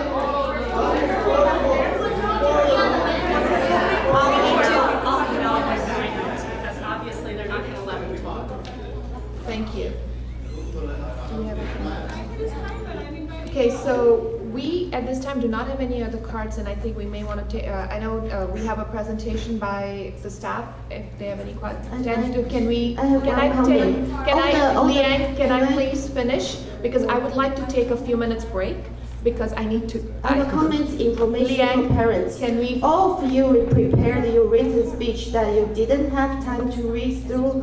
Please email to the board so that they are on the public record. Because just in case ACLU or any other agency take action to the district, we need all of your letters to be on the record. Please email to board@CUSDKA.org. We are not in public comment. This is no place for you to say anything until we get into discussion.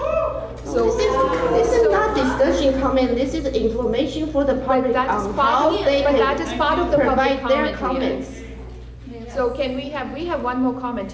You jumped in without letting the public finish. I'm sorry, So I that's didn't why I know there was was saying one more comment. if you would just listen when I was saying we have another comment, that would have helped. So Lynn Sun. Lynn Sun. Lynn, are you going to speak? So 1 minute for one additional minute for her.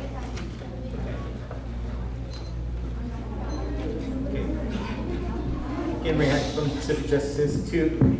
Now, parents have the right to opt their children out of this sex ed class. That is their right. However, I don't think you guys want kids opting out or parents opting their children out. So I think it would serve CUSD greatly to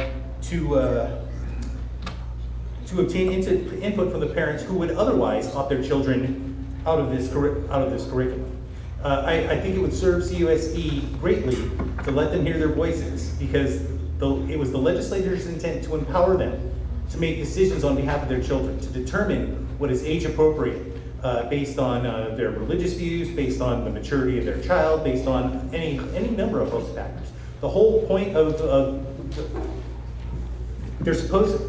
parents are supposed to be empowered. They are your partners in making this decision. We recognize that the decision ultimately rests with you. You're the ones who ultimately make the vote on whether to adopt. Thank you. We have another. Sorry, we have one more because we had some skips going on in there. So Abby Resnick.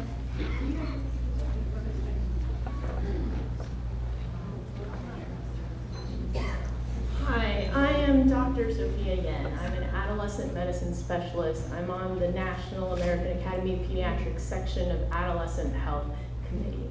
And I'm here to ask the parents to do what's in the best interest of their children. And what's in the best interest of your children is they need education before they're sexually active. And as a pre-med, and as I think many of you might want your child to be a pre-med, and as someone that went to MIT, education is simply information. The research, if you look at the sex ed research, education does not lead to action. If you tell your children there are 3 options, they're just simply 3 options, and if they're not ready for it, it goes over their head. Are you truly afraid of a condom being rubbed? Really, it's a balloon. Please, do not be afraid of it. Let's let her finish. Trust your parents, and I totally believe that you should have access to the curriculum, and I hope that you all read it, and I hope you all read the alternatives. But I want you to know that this is evidence-based, and this is gold standard, and I think when you read both curriculums, you'll decide this is the better one. Thank you. Yeah, that's fine. So we're going to take a 5 minutes break while the staff sets up for the presentation. So, you have the chance to talk during the actual, when you look at here, we've had the public comment on this, then our turn comes up to talk, and then we all get to say what we have. So the end of the public comments. It and is. then people might be leaving about them. But you still look at, but you can't do it at that time. You need to do it when it's. And they should be the ones saying that. Yeah, but. Because that's information they should tell the organizations. But that's right, but we can tell them at this time. We tell them at this time. But it's not, but it's not